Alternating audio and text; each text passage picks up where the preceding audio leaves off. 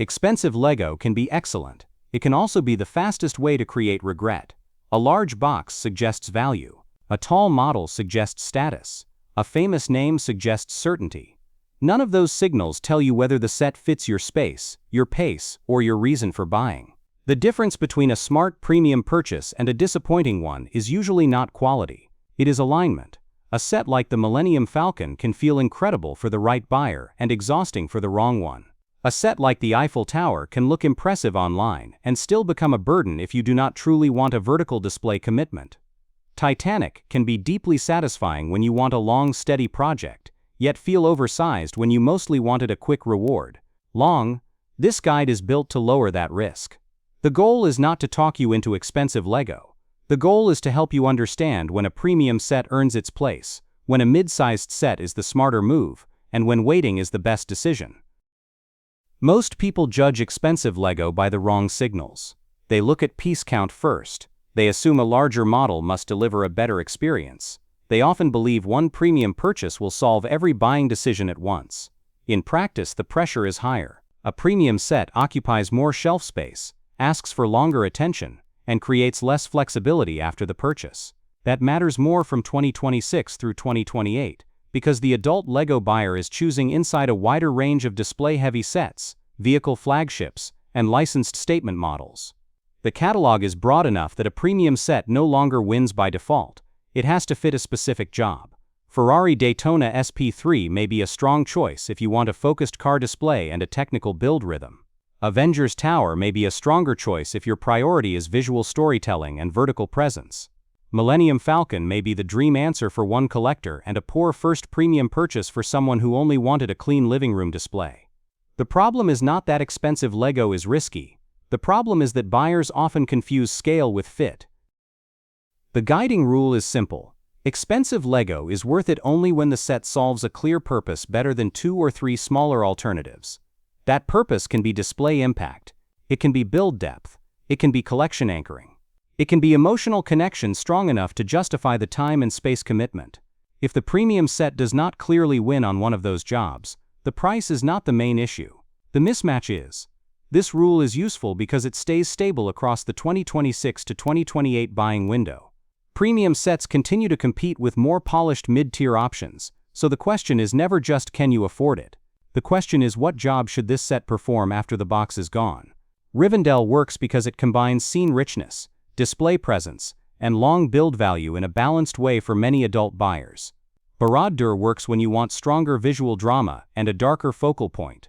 Avengers Tower works when you want a dense scene and recognizable vertical identity. Start with the job. The worth follows the fit. Expensive Lego is easiest to justify when your main goal is display impact from a single model. In that case, you are not buying variety. You are buying presence. The right premium display set changes the room before anyone studies the details. That matters for adults who want one large visual statement instead of several smaller shelves that slowly create clutter. Eiffel Tower does this through height and immediacy. Titanic does it through length and calm architectural confidence. Rivendell does it through richness and scene depth that rewards close viewing as much as distance.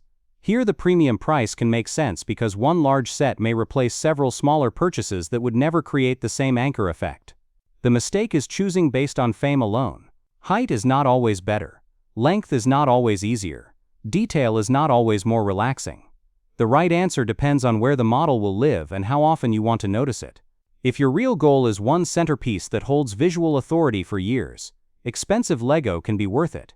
If your shelves are already full and you are buying out of impulse, the same set becomes a very expensive duplicate of a problem you already have. The second strong reason to buy expensive Lego is build depth. Some buyers do not want a fast win.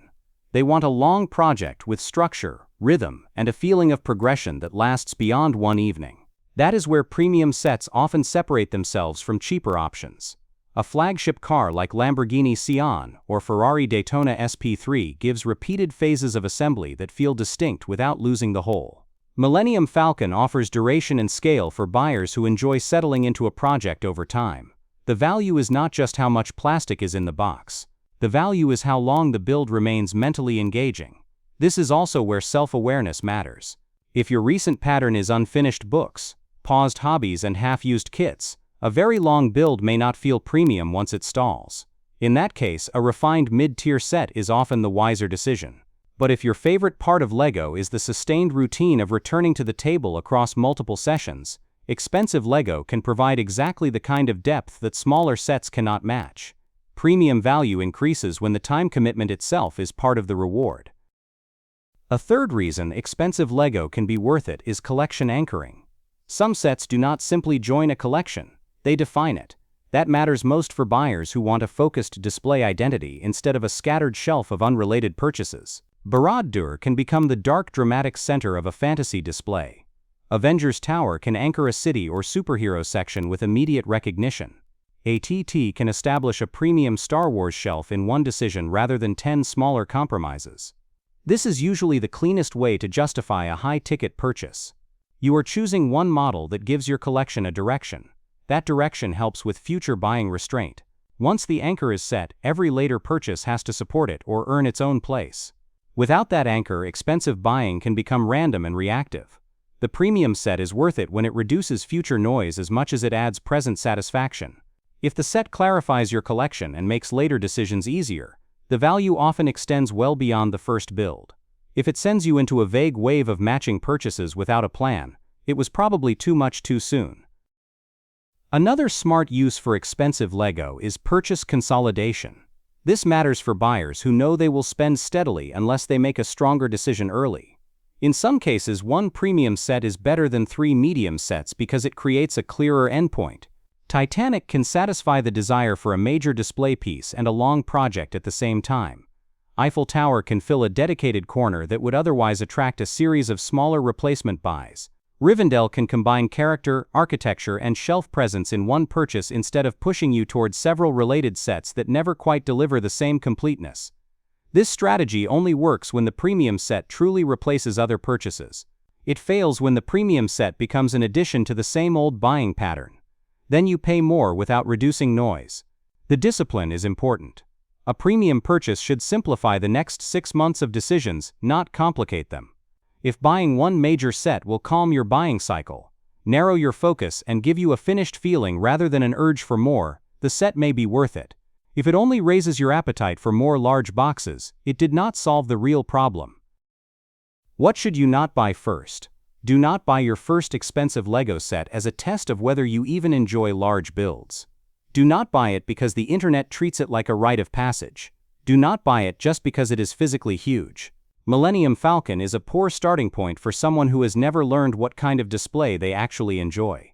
8AT is a poor starting point if your room is not already ready for large format display. Eiffel Tower is a poor starting point if you are attracted to scale but not to the long-term reality of height and placement. These are not weak sets. They are simply unforgiving when the buyer has not defined the job yet. The first premium purchase should be the one that reveals your preferences with the least risk. That usually means choosing a set with strong identity but manageable commitment.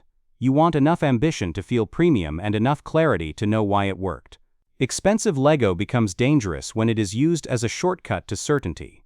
It works better as a reward for already knowing what kind of builder and displayer you are. So are expensive LEGO sets worth it? Yes, when the set clearly outperforms smaller alternatives for your exact goal. No, when you are using price, fame, or scale to make the decision for you. For most adults, the safest premium entry point is not the biggest model. It is the set that balances display strength, build satisfaction, and room compatibility. Rivendell is strong because it offers premium presence without relying on a single trick like extreme height. Titanic is strong when you know you want a long, clean display line and a patient build. Ferrari Daytona SP3 is strong when you want a premium object with a more focused footprint and a clearer vehicle identity. These examples point to the real answer.